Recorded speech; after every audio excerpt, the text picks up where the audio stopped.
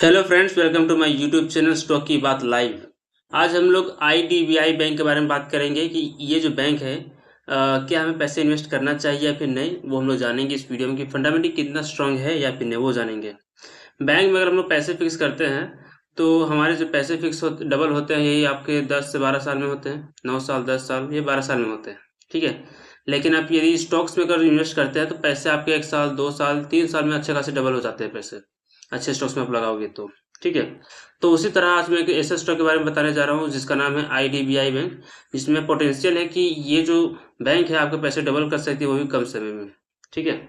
तो इस कंपनी को फंडामेंटली हम लोग जानेंगे। इस कंपनी का अगर मार्केट कैपिटलाइजेशन देखें तो 1,08,933 करोड़ की कंपनी है। ठीक है। तो ये अच्छी खासी बड़ी कंपनी है। और कंपनी का जो इस बैंक अगर करंट प्राइस देखें तो 101 रुपये चल रहा है इस बैंक का। और इस बैंक का अगर हाई देखें तो 108 रुपये हाई लगाया इस बैंक ने, और लो जो है 65 रुपये 90 पैसे लो लगाया ये बैंक। ठीक है।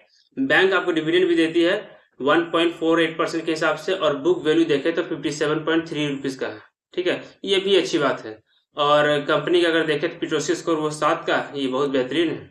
ठीक है। और पिछले 3 साल इस कंपनी का अगर देखें तो प्रॉफिट कितना है 44.4% के हिसाब से, सेल ग्रोथ कितना 16.4% के हिसाब से। तो ओवरऑल ठीक बहुत ही अच्छा शानदार है। पिछले साल का प्रॉफिट देखें 25.4% है, ये बेहतरीन है। ओवरऑल देखा जाए तो ये एक मल्टी बैगर स्टॉक हो सकता है आने वाले समय में, अगर आप इसे होल्ड करते हैं 5 से 7 सालों के लिए। तो ये आपको 101 रुपये में दिख रहा है, वो आपको 500 रुपये में जरूर दिखेगा, आपको 5 गुना पैसे कर सकता है। इसमें ये ताकत है इस स्टॉक में। ठीक है। अगर इस कंपनी का हम लोग इस बैंक का देखें प्रमोटर्स होल्डिंग, तो देख सकते हैं प्रमोटर्स पास कितना है 94.72%, अच्छी खासी होल्डिंग है यहाँ पे। और एफआई के पास 0.46% की होल्डिंग है, और डीआई के पास 0.18% की होल्डिंग है। और गवर्नमेंट ने भी यहाँ पे अपने इंटरेस्ट रखा है 0.01% रखा है। पब्लिक के पास केवल 4.63% है। आप जान लीजिए कि हमें ऐसे स्टॉक्स में इन्वेस्ट करना चाहिए जहां पब्लिक का इन्वॉल्वमेंट कम हो, जैसे कि ये स्टॉक है, इस स्टॉक में पब्लिक मात्र 4.63% की होल्डिंग है। ठीक है।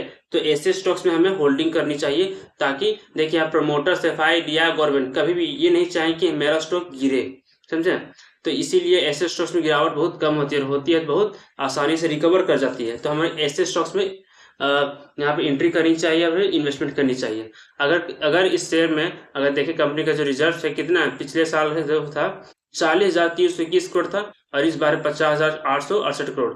तो समझ सकते इस बैंक का रिजर्व देख कितनी तेजी से बढ़ रहा है, वो भी 10,000 करोड़। ठीक है। और डिपॉजिट तो बहुत अच्छा है, 3,09,975 करोड़ का यहाँ पे डिपॉजिट्स हुआ इस बैंक में। और कंपनी इस बैंक में कर्ज मात्र 19,932 करोड़। कम ये जो बैंक है कभी भी अपने कर्ज को चुका सकती है, पहला बात। और दूसरा बात, फाइनेंस से जुड़ी हुई कंपनी और बैंक में कर्ज होता ही है, क्योंकि ये जो आरबीआई से पैसा लेके ही किसी को इंटरेस्ट में देते हैं, इसीलिए यहाँ पे कर्जे के विषय में सोचना नहीं है। यहाँ से ही पता चल रहा है कि कंपनी ये जो कंपनी है, ये जो बैंक है, ये मल्टी बैगर स्टॉक है।